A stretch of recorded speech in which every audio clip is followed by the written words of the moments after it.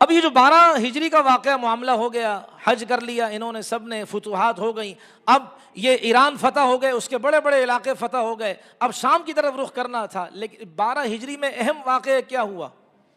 ابو بکر صدیق رضی اللہ عنہ نے زید ابن حارثہ سے فرمایا، اے زید، اب تم قرآن پاک جو چمڑوں پر لکھا ہوا ہے یا کسی درخت کی چھال پر لکھا ہوا ہے یا کسی کے پاس کیا ہے موجود ہے، مختلف کیا ہے ٹکڑوں پر لکھا ہوا ہے، ساری کی ساری آیتوں کو ایک جگہ اکٹھا کرو، صحیفے کی شکل میں، کتاب کی شکل میں، ایک جلد کے اندر اکٹھا کرو. قرآنی آیات الگ الگ اس لیے کہ مسیلمہ کذاب کے خلاف جنگ یمامہ کے اندر 1200 صحابہ کو شہید کیا گیا، حافظ قرآن بھی تھے اس میں، اس لیے میں چاہتا ہوں کہ یہ قرآن محفوظ رہے کتابی شکل میں بھی، ایسا نہ ہو صحابہ دنیا سے چلے جائیں پیچھے کوئی نہ ہو، اس لیے میں چاہتا ہوں کہ آپ یہ کام کریں.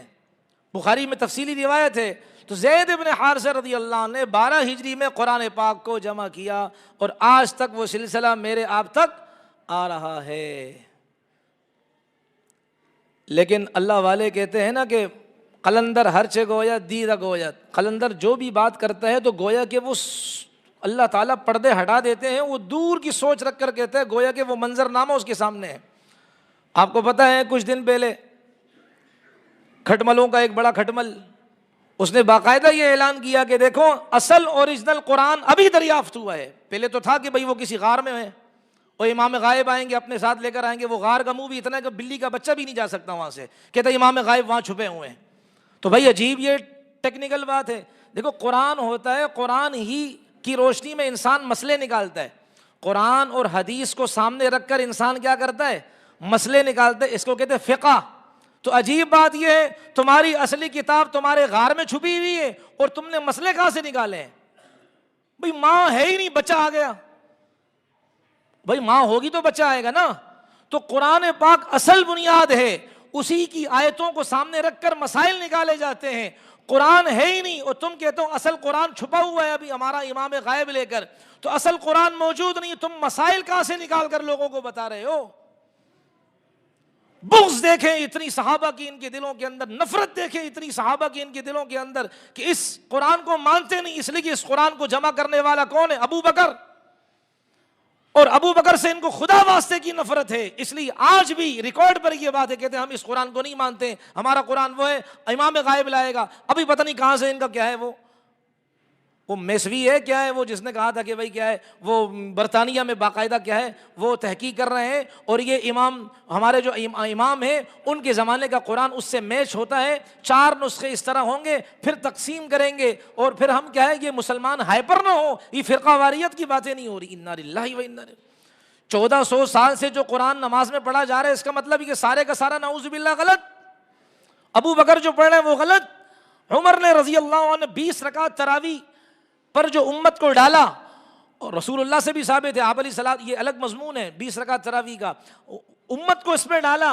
اس کا مطلب صحابہ ابی ابن کعب جو قرآن پڑھتے تھے وہ نعوذ باللہ سارے کا سارا کیا بھائی غلط ہے. تو یہ چونکہ بغض صحابہ ہے، صحابہ سے نفرت ہے، اس وجہ سے کیا ہے بھائی موجودہ قرآن پر ان کا ایمان نہیں ہے. اللہ نے دکھا دیا، یہ بڑا شور کرتے ہیں.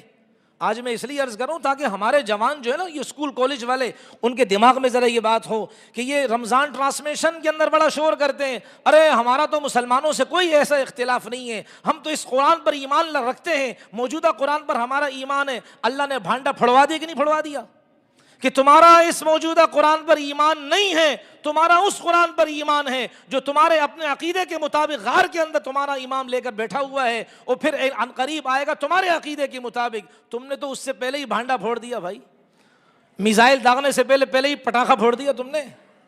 دوسری بات اس 12 ہجری کے اندر کیا ہوا کہ حضرت علی رضی اللہ تعالی عنہ نے نبی علیہ السلام کی بڑی بیٹی جو ہے نا، بڑی بیٹی، نبی علیہ السلام کی 4 بیٹیاں ہیں، یہ ہمارا آپ کا عقیدہ ہونا چاہیے بھائی. 4 بیٹیاں ہیں، زینب، رقیہ، ام کلثوم، فاطمہ، 4 بیٹیاں ہیں نبی علیہ الصلوۃ والسلام کی. تو سیدہ زینب رضی اللہ تعالی عنہا، ان کا جو نکاح ہوا تھا ابو العاص سے، اور پھر ابو العاص پہلے مسلمان نہیں تھے، بعد میں مسلمان ہو گئے، اس لیے آپ علیہ السلام نے ان کے نکاح برقرار رکھا، اور اس وقت تک یہ احکامات بھی نہیں آئے تھے، پھر برقرار رکھا آپ علیہ السلام نے ان کا نکاح۔ ابو العاص رضی اللہ تعالیٰ عنہ، پھر اللہ نے ان کو اسلام کی دولت سے مالا مال فرما دیا۔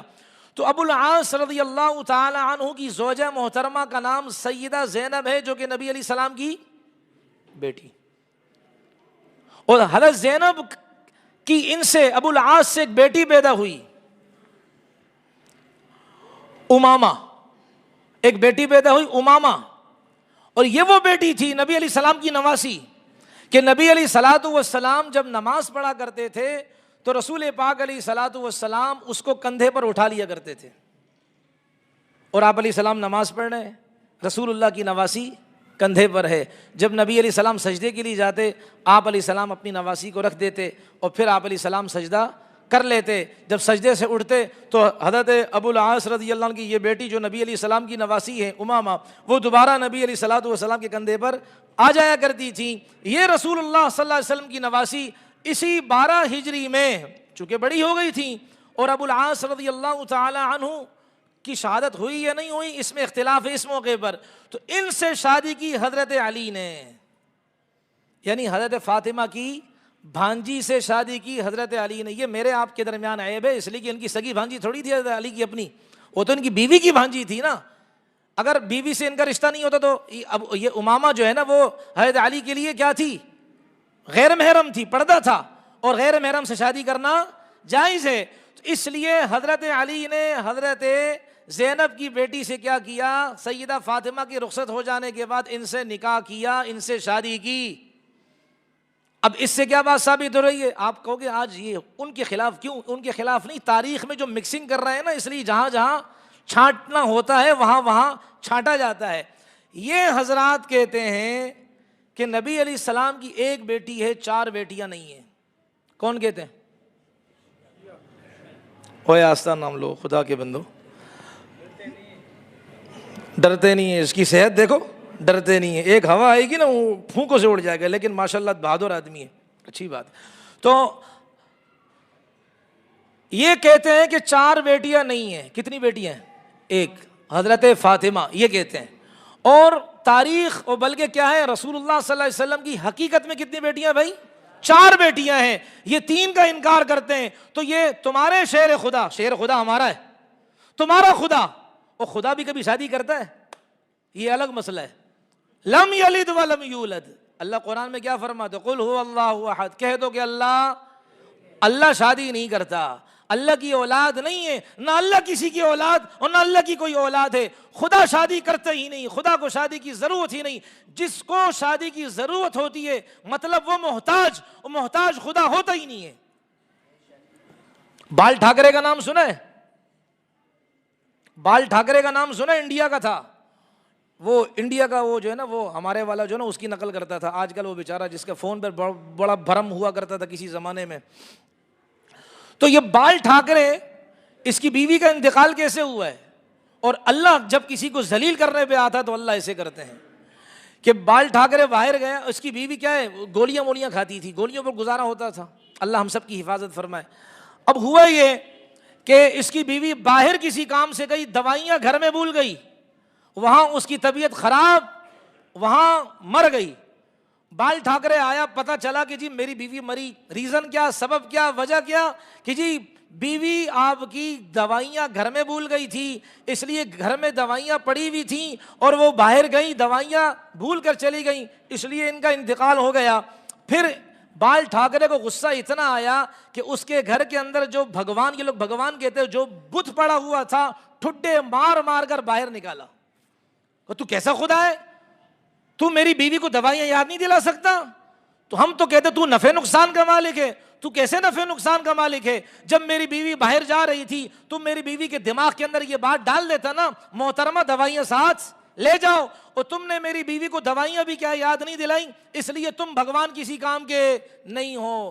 تو نتیجہ کیا نکلتا ہے؟ جو خدا ہوتا ہے وہ کسی کا محتاج نہیں ہوتا، اور خدا کو دھکے دے کر نکالا نہیں جاتا۔ تو حضرت علی رضی اللہ تعالی عنہ اگر خدا تھے، اگر وہ کیا ہے مولا کائنات تھے، اگر وہ خدا تھے، اگر وہ مشکل کشا تھے، تو ان کو شادی کی کیا حاجت، کیا ضرورت؟ اس لیے کہ شادی کی ضرورت اس کو ہوتی ہے کہ جب میں بوڑھا ہو جاؤں گا میری اولاد میرے بڑھاپے کا سہارا بنے گی، میری اولاد میرے بڑھاپے کی چھڑی اور لاٹھی بنے گی، میری اولاد میری خدمت کرے گی، اور جو محتاج ہوتا ہے وہ یہ قاعدہ ہے کہ وہ خدا نہیں ہوتا ہے بھائی۔ تو حضرت علی رضی اللہ تعالی عنہ نے سیدہ فاطمہ کی بھانجی سے شادی کی، تو سیدہ فاطمہ حضرت علی کی بیوی ہیں، تو معلوم ہوا کہ جب ان کی بھانجی ہیں تو بھانجی آخر ان کی بہن کی بیٹی ہوئی نا، اس لیے یہاں بھی یہ ملعون جھوٹے قرار پائے کہ جو کہتے ہیں کہ نبی علیہ الصلوۃ والسلام کی ایک بیٹی ہے، چار بیٹیاں نہیں ہے، قرآن کی آیت کا انکار کر رہے ہیں۔